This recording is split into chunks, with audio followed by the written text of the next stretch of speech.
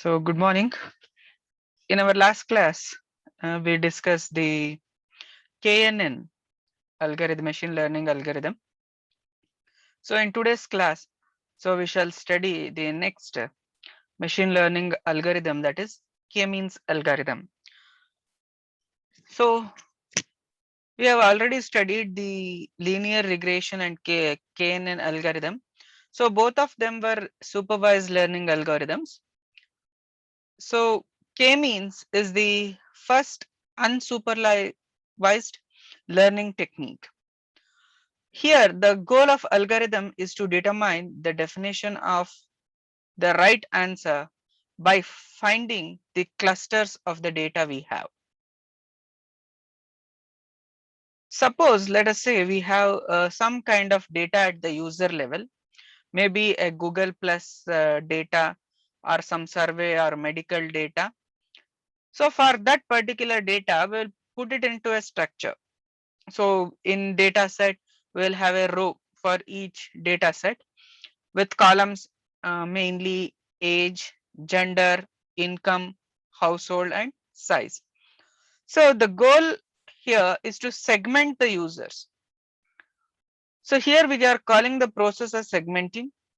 The other words which we can use is the grouping or clustering of data. So this clustering or grouping of data is a means of finding similar type of users and bunching them together. So why we need such kind of bunching together? There are few examples. In a social media platform, we may want different set of users to have different experience. Marketing, based on such user uh, group will happen, maybe for showing the personalized ads, those things. So, or we may have to model an application that works better for a specific groups and works differently for a different set of groups, maybe depending on age, geographical location. So, so in hierarchical modeling and statistics does something similar to this, which means to separate the model geographical effects from household effects in the survey results. So such algorithm is required to classify the users into groups. So when we say a group is also called as a bucket. For example, when we have an attribute like age, we'll create a group, or it is also called as a bin. So 20 to 24, 25 to 30, 31 to 35, so on. The same technique we can use to group the other attributes like income, or group the states or cities into their own buckets.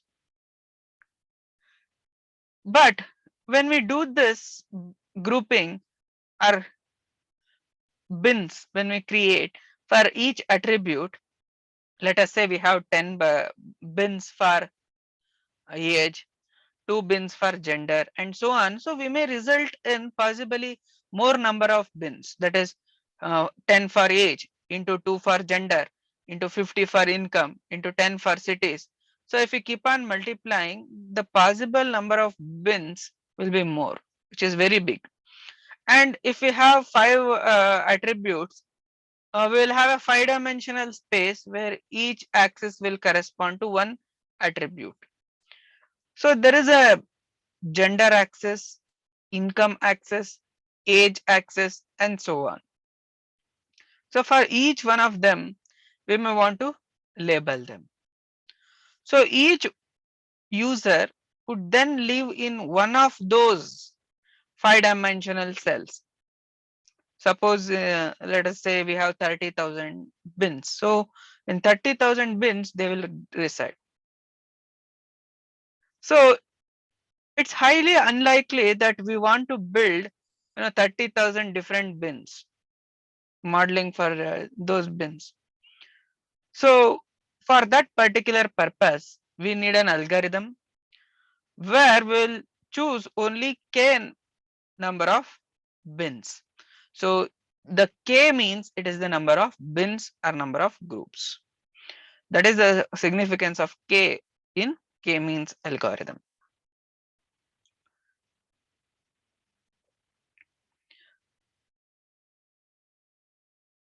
So clustering in two-dimensional space. Let us see a graph over here.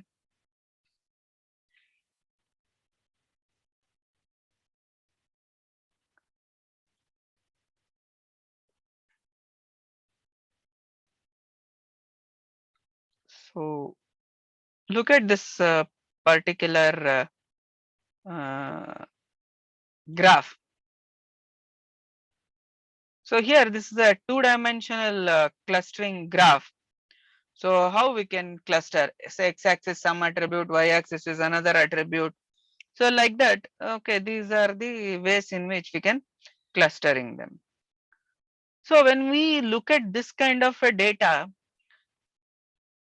so our eyes can actually, in the first shot itself, they can predict the dimension groups in these 2Ds.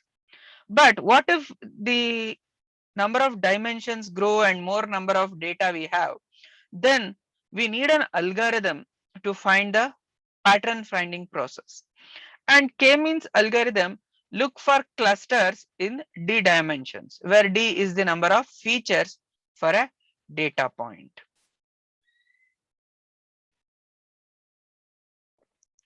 So in the previous example, what we saw, those graph, so that algorithm works exactly like that. Initially what we do is we'll randomly pick K centroids. So centroid is nothing but a point that will be the center of the cluster in a D-dimensional space. And then we'll try to make them near the data, but they are different from one another. Then assign each data point to a closest centroid. Then we'll move the centroids to the average of the locations of the data point assigned to it. So then we will keep on repeating the steps until the assignments don't change. So what we do, first we'll pick the centroids, then for each data point we'll choose which is the nearest centroid and we'll assign to it that particular group. Once we are finished, again for each centroid we'll take the midpoint and move the centroid to that particular location. So first is randomly we'll pick the centroids. In the second iteration, we will move the centroid to the average of the data points. Then we'll continue the process until there is no change in the assignments. So it's up to us if there is a natural way to describe the groups once the algorithm is done. So what are the issues that are there in the K-means algorithm? So the various issues in the K-means algorithm is, first, the K-means algorithm itself is a unsupervised learning. So why it is unsupervised learning means there are no labels that are known. In KNN there were labels, but here in K-means there are no labels. So choosing a K, how many groups or how many bins we want, it is an art rather than a science. So choosing K comes from experience. And although there is a bound, that is K lies between 1 to n, where n is the number of data points we have in our data set. So there are convergence issues because the solution can fail. So if the algorithm will, will be looping for forever. So or it keeps going back and forth with only two possible solutions, or when there is no unique solution at all. So interpretability can be a problem. Sometimes the answer wasn't useful. So indeed is a biggest problem in itself. So these are the some of the issues in the K-means algorithm.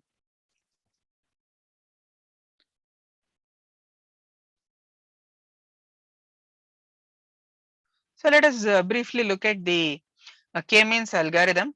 So first it will select the k number of objects at random from the set of n objects. So these k objects are treated as a centroids or center of gravities of k number of clusters. For each of the remaining objects, what we do is it is assigned to one of the closest centroid.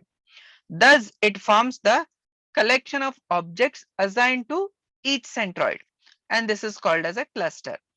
So next what we do, the centroid of each cluster is then updated. So how it is updated? By calculating the mean values of attributes of each object. So this assignment and update procedure will keep on continuing until the stopping criteria is met. So stopping criteria can be number of iterations, the centroids that remain unchanged, or no assignment at all.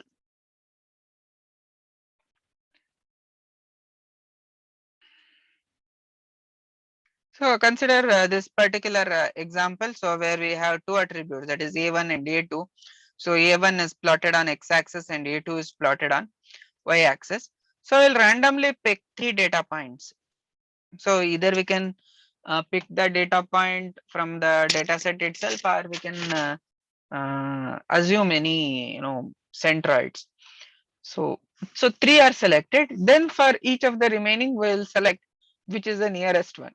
So based on that, we'll assign. So centroid will C1, C2, C3 are the three centroids, and then we will find the distance. So if we look at this,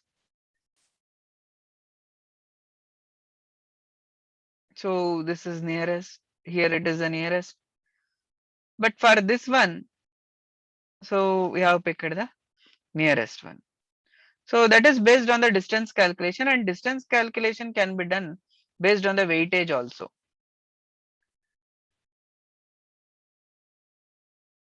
So Euclidean distance, which we discussed while discussing the KNN algorithm, which we discussed, even that can be used. So like this, the initial cluster can be formed. So once the clusters are formed, then the old center and new center can be moved. So again, for all the data points, again we will find the center. So which is at the center. Then here the red one is the new center for this cluster, and this is a for C2 and this is for C1. Now based on this, again the reclustering will take place. So once again we will run the K-means algorithm, so that if we are able to find any new centroids.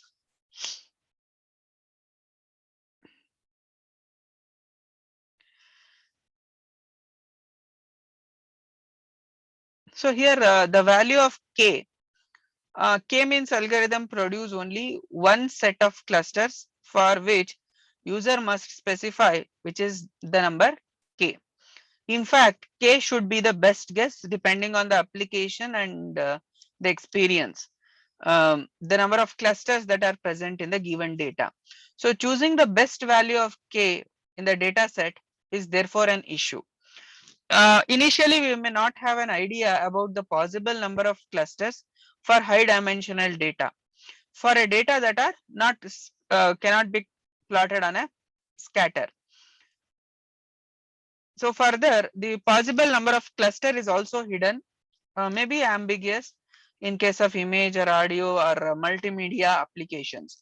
So there is no principled way to find K.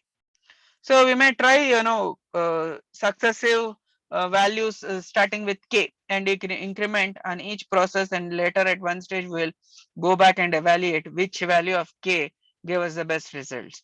So the process is stopped when two consecutive K values produce more or less the identical results.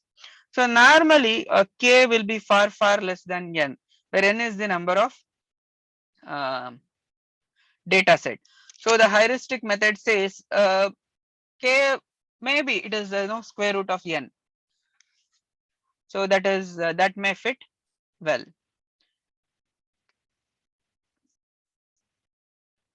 So these are the few things about k-means clustering algorithm. So in the remaining of this chapter, our example on all the three algorithms are given. So we can just simply go through linear regression on housing data set.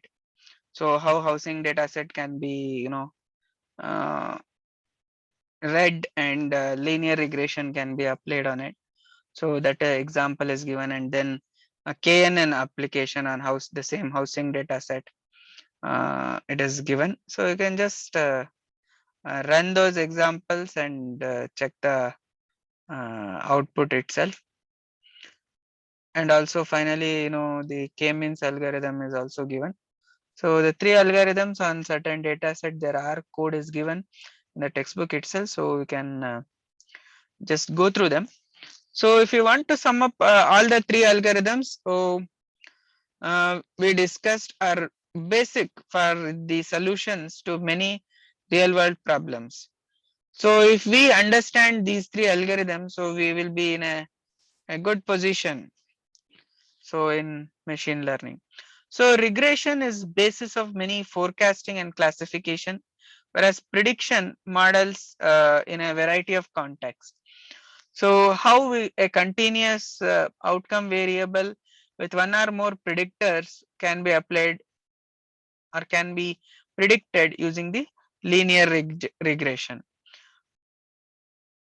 So KNN and K-means are the examples of clustering algorithm where we want to group together similar objects.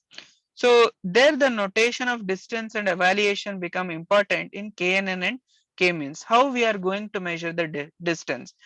Not every time it will be a numerical value. So if it is not a numerical value, how to evaluate it or how to convert it into a numerical uh, value and then bring it to find the distance. So distance doesn't mean always the scalar value. So distance sometimes it is even a grouping itself can happen.